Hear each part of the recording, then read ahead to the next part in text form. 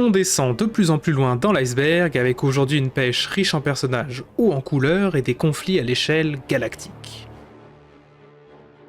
Obi-Wan, Sherlock, Clouseau. C'est le premier inquisiteur nommé de l'univers 40K datant de Rogue Trader, et quel nom! C'est une combinaison d'Obi-Wan Kenobi de Star Wars, de Sherlock Holmes, le fameux détective londonien, et de l'inspecteur Clouseau de la Panthère Rose, que les Anglais ne savent apparemment pas prononcer. Son nom pour le moins original vous dit tout ce que vous devez savoir sur lui. C'est avant tout un investigateur qui recherche les incursions des Xénos et des hérétiques aux quatre coins de l'Imperium. Sa spécialité, les mutations génétiques et les dangers psychiques. Sous son grand imperméable et sa tenue excentrique, il possède tout un attirail le préparant à n'importe quelle situation. Champ de force, grenades, armes digitales, l'extravagant inquisiteur a une solution pour tout danger qu'il peut bien rencontrer. La nature warp des primarques. Les primarques, les 20 fils génétiquement conçus et améliorés par l'empereur, possèdent tous des pouvoirs surhumains et plus ou moins ésotériques. Il apparaît vite qu'en plus de la science génétique de l'empereur, qui leur a donné des capacités bien supérieures à la moyenne, un tel résultat n'aurait pas pu être obtenu sans un petit grain de magie. Une partie de leur essence serait donc warpesque. Si tous les humains ou presque sont liés au warp par leurs âmes, les primarques ont été créés pour que l'énergie brute et non corrompue de l'immatérium coule dans leurs veines. L'origine exacte de leur âme n'est pas claire, mais elles ont sûrement été renforcées par un procédé occulte. La théorie principale est que chaque primarque a hérité d'un fragment de l'âme de l'empereur qui lui donne une partie de sa force, ainsi que sa personnalité. Mais les livres centrés sur le Blood Angel Méphiston montrent une étroite proximité entre d'un côté le primarque Sanguinius, sa légion, et les entités du warp jumelles que sont les anges noirs et d'or présents sur leur monde natal de Baal. Cela soutient la théorie que des entités préexistantes ont été liées aux conteneurs physiques que sont les primarques lors de leur création. En fait, tous les primarques ont une certaine mesure de pouvoir psychique à leur disposition. Les plus évidents étant bien sûr Magnus et Lorgar, mais même des êtres pragmatiques comme Guilliman peuvent y faire appel dans une certaine mesure et préfèrent souvent s'en détourner. C'est peut-être d'ailleurs l'une des raisons de leur sensibilité à la corruption. Le Sanguinor. Les fils de Sanguinius ont un lien très fort avec leur primarque, même 10 000 ans après son décès aux mains d'Horus. Imaginez alors leur ferveur lorsque le Sanguinor, portant un masque au trait du Seigneur des Anges, arrive comme par magie pour aider la 9e Légion dans ses heures les plus sombres. Cette entité apparaît comme un Space Marine angélique à l'armure scintillante, auréolé de lumière dorée et portant des ailes comme son père génétique. Son origine et son identité sont un mystère absolu. Certains doutent même de la véracité de son existence. Mais les mieux informés, archivistes Blood Angel et inquisiteurs surveillant le chapitre par exemple, savent que ces apparitions sont bien trop avérées pour être un simple mythe passé entre frères de la Légion. Mais qu'est-il alors? À l'époque de l'hérésie, ce titre était celui d'un héros de Sanguinius. Mais il possède désormais des pouvoirs surnaturels. Un écho de l'âme de Sanguinius peut-être? Une manifestation physique de l'aide de l'empereur? Juste avant, j'ai parlé des anges rivaux de Baal, l'ange noir de la rage et l'ange d'or s'affrontant dans une guerre millénaire. Le Sanguinor serait une incarnation de l'influence noble de l'ange d'or dans le chapitre, là où la rage noire et la soif rouge représentent l'aspect meurtrier de l'ange sombre. Et si Cypher était loyaliste? On a parlé de Cypher il y a quelques épisodes, ce Space Marine mystérieux lié à la Légion des Dark Angels. Cette figure obscure, travaillant parfois avec l'Imperium, parfois contre lui, poursuit des objectifs dont lui seul a la connaissance. Les Dark Angels le pourchassent, il a tué des officiels impériaux et discute régulièrement avec des déchus tombés au chaos. Logique de penser à premier abord qu'il s'agit d'un hérétique de la pire espèce. Mais rien n'est jamais clair avec Cypher. Il a quand même bien aidé Guilliman lors de son retour pour rejoindre Terra, et il est connu pour dézinguer autant de gouverneurs impériaux que de sorciers des dieux noirs. Peut-être qu'il manigance sur un plan que nous autres mortels ne pouvons pas comprendre, sacrifiant sa réputation personnelle pour sauver l'Imperium à long terme.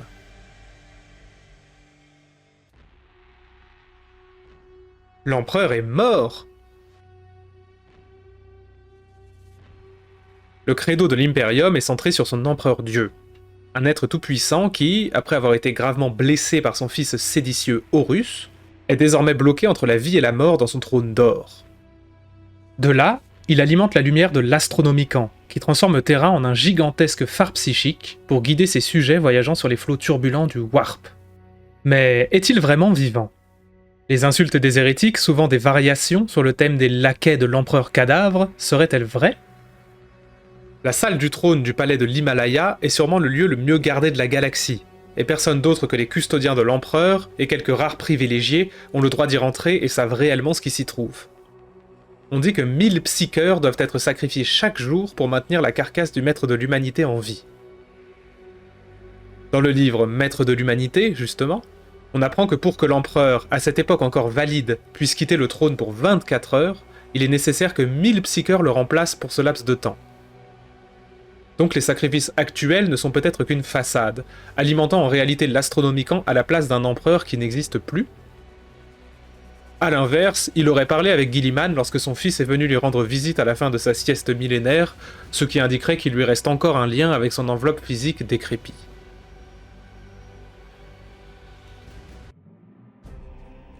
Gengis Khan, le premier prince démon humain.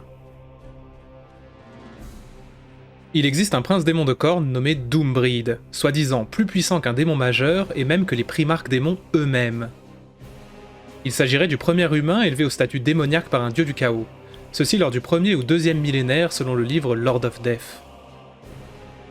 Les actions qui lui ont valu son ascension ont soulevé l'hypothèse qu'il s'agit du célèbre Gengis Khan, un nom qu'il aurait laissé derrière lui comme une ancienne peau au moment de devenir démon. De son vivant, Doombreed était un chef de guerre particulièrement sanguinaire, qui a conquis et rasé un nombre incalculable de cités. Son apparence soutient aussi cette théorie. Il porte un chapeau traditionnel mongol, une longue moustache typique du style des steppes, et porte un sceptre, symbole de pouvoir antique. Indice plus original pour un démon de corne, il se bat avec un arc composite, arme signature des archers montés mongols, pourtant rarissime chez les dévots du dieu du sang, qui délaissent généralement le combat à distance.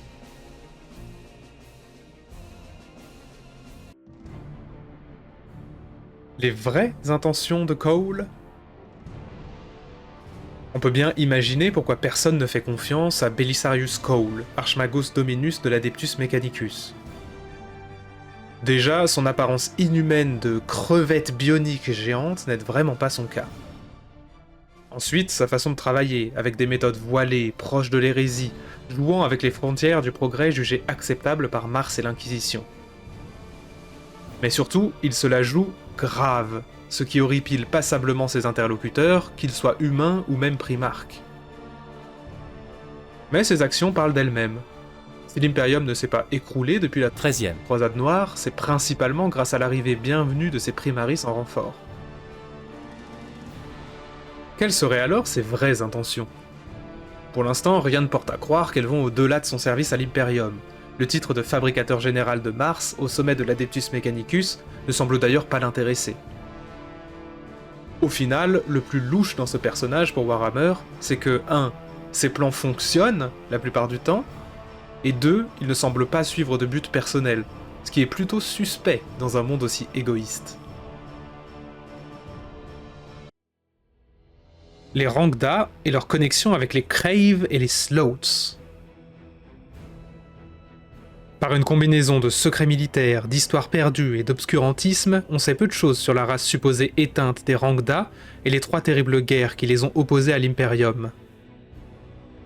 Qualifiés de cérébrovores et d'océivores, esclavagisant des planètes entières et utilisant d'affreuses technologies de lavage de cerveau, on ne sait en réalité rien sur leur biologie ni leur société. Seuls leurs dégâts sur les forces de la Grande Croisade ont subsisté aux affres du temps. Ils sont l'une des nombreuses espèces xéno formant une opposition à l'expansion impériale lors de la Grande Croisade.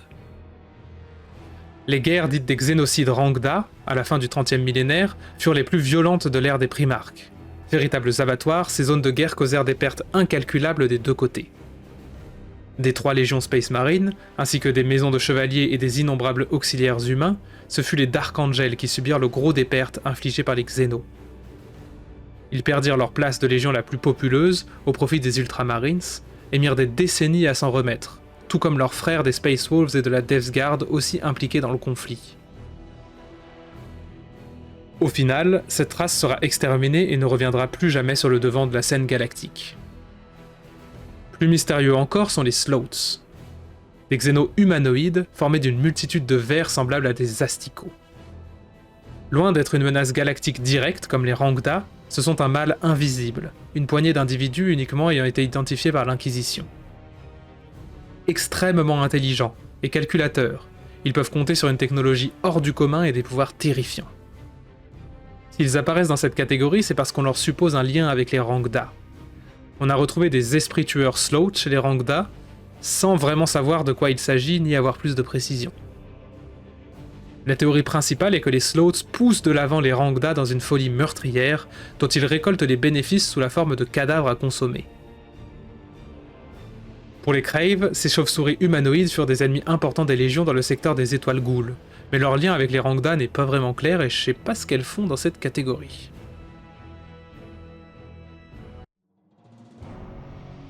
La nouvelle Space Marine de Ian Watson. Cet auteur prolifique et assez reconnu a écrit une nouvelle sobrement intitulée Space Marine. Rien à voir avec le jeu récemment sorti, ce livre de 1993 est l'un des tout premiers à explorer le média Warhammer dans ce format. Le résultat est assez étonnant, et source de nombreuses discussions.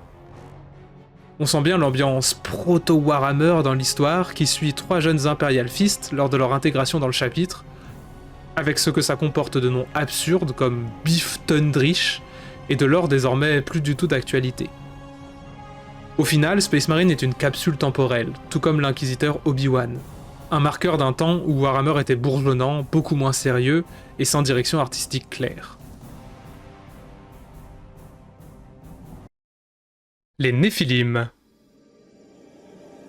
Une race de xénos mauvais se nourrissant des énergies psychiques provenant de l'adoration qu'on leur procure. Possédant un corps rond, serti de petits yeux, au sommet de grands et forts membres, ils se déplaçaient lentement, mais étaient capables de rush de vitesse au combat. Se faisant passer pour des prophètes, ils convertissaient des planètes entières à leur culte, ce qui leur permettait d'aspirer l'énergie vitale de leurs pauvres fidèles. Communiquant par bioluminescence et ultrasons, ils possédaient un implant pour produire des sons adaptés à l'oreille humaine, implant pouvant être aussi utilisé en combat comme une arme sonique. Ils sont même connus pour créer des masques à partir de leur propre chair qu'ils offrent à leurs fidèles les plus loyaux. Merci du cadeau. Au 30e millénaire, ils prirent contrôle du monde de Melchior, ce qui déclencha une guerre ouverte avec les Luna Wolves et les Blood Angels. Plus tard, les White Scars découvrirent et exterminèrent leur monde natal. Mais des années après, un Horus désormais traître fit croire au retour des Néphilim à Sanguinius, pour l'attirer dans le système de Cygnus où des démons l'attendaient pour le corrompre. Il s'avéra que tout ça n'était qu'un piège, et personne n'a revu de Néphilim depuis la destruction de leur planète.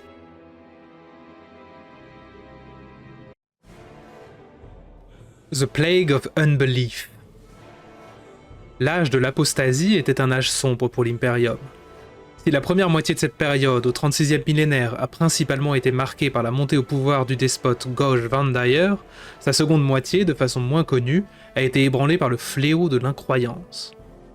Cette peste n'a rien de matériel, mais fait référence à une vague de prophètes, hérétiques et autres illuminés ayant déferlé sur l'Imperium après le remplacement de Vandayer. Le plus puissant et destructeur de ces hérétiques fut le cardinal apostat Bucaris de Gatalmor. Ce dernier usa de la dévotion des masses envers l'empereur pour essayer de supplanter l'ecclésiarchie et faire grandir sa gloire personnelle, ce qui mènera à sa perte.